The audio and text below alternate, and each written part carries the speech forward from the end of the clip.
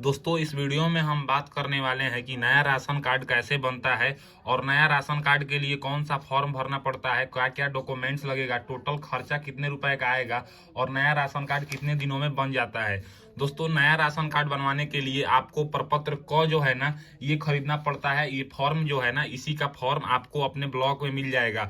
Form खरीदने के बाद अगर हम डॉक्यूमेंट्स की बात करें तो जितने लोगों का भी राशन कार्ड में नाम रहेगा, मतलब एक कार्ड में मान लीजिए कि 4 लोग या 5 लोग का नाम रहता है, उन सबका आधार कार्ड का फोटोकॉपी लगता है। उसके बाद जो है ना एक अप्लीकेंट होगा। अप्लीकेंट बोले तो आपके घर में जो आपकी माँ होगी या आपके पत्नी होंगे जिनके नाम से कार्ड बनेगा, उनका आधार कार्ड का फोटोकॉपी चाहिए, उनका आवासीय चाहिए, उनका आय चाहिए, उनका जाति चाहिए, उनका आधार कार्ड चाहिए, उनका बैंक का पासबुक का फोटोकॉपी चाहिए और पूरे परिवार का एक साथ जो है ना 3 फोटो चाहिए। इस टाइप का फोटो आपको ये सब डॉक्यूमेंट्स लगेगा। अब बात करते हैं कि प्रपत्र क को भरना कैसे है। तो सबसे पहले 1 नंबर में आवेदक का नाम, यानी कि आपको अपने घर की मुखिया का नाम यहाँ पे लिखना है। जो फीमेल होंगी, यहाँ पे मेल का नाम नहीं लिखाएगा, फीमेल का या तो अपने पत्नी का नाम या अपने माँ का नाम यहाँ पे लिखिएगा। उसके बाद यहाँ पे अपना मतलब अप्लीकेंट के आधार नंबर लिखना है, अप्लीकेंट का मोबाइल नंबर लिखना है 3 नंबर में। 4 नंबर में आवेदक के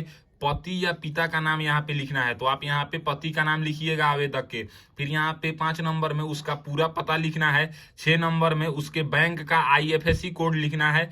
7 नंबर में बैंक का खाता नंबर लिखना है। 8 नंबर में बैंक तथा शाखा का नाम यहाँ पे आपको लिखना है और यहाँ पे एक पारिवारिक फोटो चिपका देना है। परिवार में जितने भी लोग हैं जिनका नाम आप राशन कार्ड में जुड़वाना या मतलब बनेगा, तो सबका नाम जितने व्यक्ति का आएगा उनके साथ एक साथ का फोटो चाहिए। उसके बाद अब बात करते हैं, नीचे में आपको जो है ना 9 नंबर में लिखा हुआ है राशन कार्ड के लिए परिवार के अन्य सदस्यों का विवरण। तो ये आपको देखिए कैसे फिल करना है। जैसे कि 1 नंबर में सबसे पहले अप्लीकेंट का नाम लिख देना है। अप्लीकेंट का नाम लिखने के बाद यहाँ पे उसके पति का नाम लिख देना है। यहाँ पे जेंडर बताना है, तो ये हमेशा महिला ही होगा, जो भी अप्लीकेंट होगा वो महिला ही होती है। उनका उम्र बताना है। वैवाहिक स्थिति, वो शादीशुदा यानी कि विवाहित हैं कि अविवाहित हैं। संबंध में यहाँ पे स्वयं लिख देना है। 2 नंबर में जो यहाँ पे अप्लीकेंट होगी उनके यहाँ पे पति का नाम लिखना है और जिनका यहाँ पे पति का नाम के यहाँ पे पिता का नाम, यानी कि इनके पति का नाम यहाँ पे लिखना है और इनके पिता का नाम यहाँ पे लिखना है। फिर यहाँ पे इनका यहाँ पे जेंडर बताना है, इनका यहाँ पे उम्र बताना है, इनका वैवाहिक स्थिति यानी कि शादीशुदा है कि अविवाहित है यहाँ पे बताएंगे। संबंध में यहाँ पे आपको पति बताना है। फिर इसके बाद जो यहाँ पे 2 अप्लीकेंट के बाद जो हो गए, इसके बाद उनके अब बच्चे का नाम लिखना है। जो भी अगर लड़की हो या लड़का हो उनका नाम, उनके पिता का नाम और उनके यहाँ पे जेंडर बताना है, उनका उम्र बताना है, यहाँ पे विवाहिक स्थिति बताना है। संबंध में यहाँ पे अगर लड़का है तो पुत्र और लड़की है तो पुत्री बताना है। जितने भी लोग हैं उनका नाम यहाँ पे आप लिख देंगे। ये नाम लिखने के बाद जो है ना हमारा अब बात करते हैं कि इसके बाद आपको क्या फिल करना है। तो इसके बाद जो है ना सभी अप्लीकेंट का आधार नंबर फिल करना है। यहाँ पे हम 4 आदमी का नाम लिखे थे, तो यहाँ पे 4 लोगों का आधार कार्ड, जैसे कि सबसे पहले अप्लीकेंट का आधार नंबर, फिर अप्लीकेंट के पति का आधार नंबर, फिर अप्लीकेंट के बच्चे का यहाँ पे आधार नंबर, सब लोगों का मोबाइल नंबर लिखना है। फिर यहाँ पे व्यवसाय सरकारी सेवाएं बताना है। अगर वो लोग हैं तो हम यहाँ पे हाँ बताएंगे कि व्यवसाय में है कि सरकारी सेवा में, और नहीं तो यहाँ पे सब में नहीं लिख देंगे। उसके बाद यहाँ पे जैसे कि सरकारी सेवा वाले को राशन मिलता नहीं है और व्यवसाय भी आप करेंगे 15-20 हजार से ज्यादा अगर इनकम है तो भी आपको राशन नहीं मिलेगा, तो ये सब आपको यहाँ पे नहीं ही लिख देना है। आमदनी का स्रोत यहाँ पे कुछ नहीं आपको फिल करना है अप्लीकेंट में, और अप्लीकेंट के पति में यहाँ पे बताना है कि मजदूरी करते हैं कि खेती करते हैं, जो करते हैं यहाँ पे बताएंगे। उनके बच्चे में यहाँ पे कुछ नहीं फिल कर देना है और यहाँ पे मासिक आय जो है ना अप्लीकेंट का 0 होना चाहिए और जो अप्लीकेंट होंगे उनके पति का जो है ना कम से कम 5-6 हजार रुपए यहाँ पे लिख दीजिएगा और उनके बच्चे का यहाँ पे कुछ नहीं फिल कर दीजिएगा। फिर यहाँ पे ग्रामीण क्षेत्र वाले के लिए जो है ना आपको हाँ या नहीं में टिक लगाना है। जैसे कि ये जितना भी है सब में नहीं ही होगा। सबसे पहले मोटर चलित 3 पहिया 4 पहिया वाहन है तो आपको नहीं कर देना है। मशीन चलित 3-4 पहियों वाले कृषि उपकरण है तो आपको नहीं कर देना है। सरकार में पंजीकृत गैर कृषि उद्योग वाले परिवार वाली गृहस्थी है तो आपको नहीं कर देना है। परिवार के किसी सदस्य में मासिक आय 10,000 रुपये से अधिक है तो आपको नहीं कर देना है। आयकर देते हैं यानी कि इनकम टैक्स भरते हैं, आपको नहीं कर देना है। व्यवसायिक कर का भुगतान करते हैं, आपको नहीं कर देना है। जिस मकान में रहते हैं उस मकान में सभी कमरों में पक्की दीवार और छत साथ 3 अथवा अधिक कमरा है, आपको नहीं कर देना है। फिर यहाँ पे परिवार में कम से कम एक सिंचाई उपकरण के साथ 2.5 एकड़ अथवा इससे अधिक सिंचित भूमि है तो आपको नहीं कर देना है। उसके बाद यहाँ पे 2 अथवा उससे अधिक फसली मौसम के लिए 5 एकड़ अथवा इससे अधिक संचित भूमि वाली गृहस्थी है तो आपको नहीं कर देना है। उसके बाद यहाँ पे कम से कम एक सिंचाई उपकरण के साथ कम से कम 7.5 एकड़ अथवा इससे अधिक भूमि वाली गृहस्थी है तो आपको नहीं कर देना है।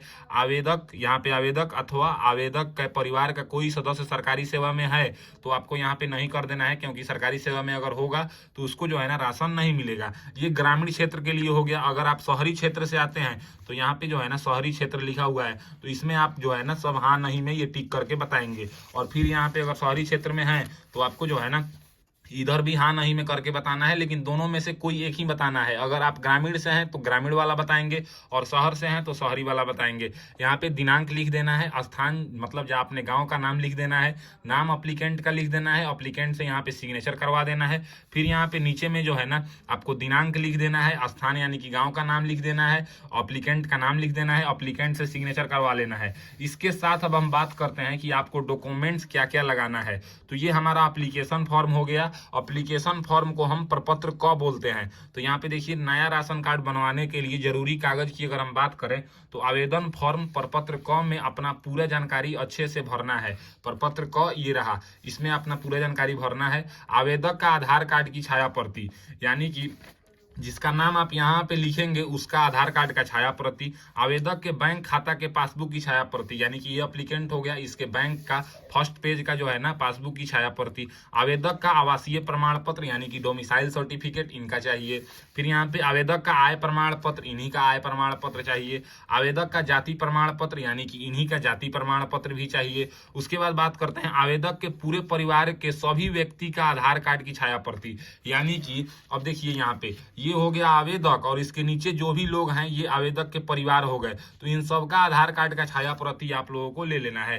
फिर आवेदक के पूरे परिवार का समूह 3 फोटो एक साथ, यानी कि ये एप्लीकेंट का समूह फोटो हो गया आवेदक का, जिसमें जितने भी लोग परिवार में हैं उन सब का फोटो होना चाहिए। तो इस टाइप का 3 फोटो आप निकलवा लीजिएगा और निकलवाने के बाद जो है ना इस सब एप्लीकेशन को एक साथ, जैसे कि इनको एक साथ कर लीजिएगा और जितना भी डॉक्यूमेंट्स मैं बताया जैसे कि ये हो गया, इस सब का छाया प्रति आप लोगों को निकलवा लेना है। और निकलवाने के बाद जो है ना ये एप्लीकेशन फॉर्म के जस्ट नीचे, यानी कि मान लीजिए कि ये हमारा पीला वाला एप्लीकेशन फॉर्म हो गया, तो इसके जस्ट नीचे आप लोगों को जो है ना आवेदक का आधार कार्ड, आवेदक का बैंक खाता, आवेदक का आवासीय, आवेदक का जाति, आवेदक का आय, आवेदक के पूरे परिवार का आधार कार्ड, 3 समूह फोटो, ये सब को लेके अपने ब्लॉक में जाना है। वहां पे आरटीपीएस काउंटर पे जो है ना ऑनलाइन आवेदन होता है। आप ऑफलाइन फॉर्म भर के जाएंगे तो वहां पे ऑनलाइन होगा, पैसे की कोई खर्च नहीं लगती है।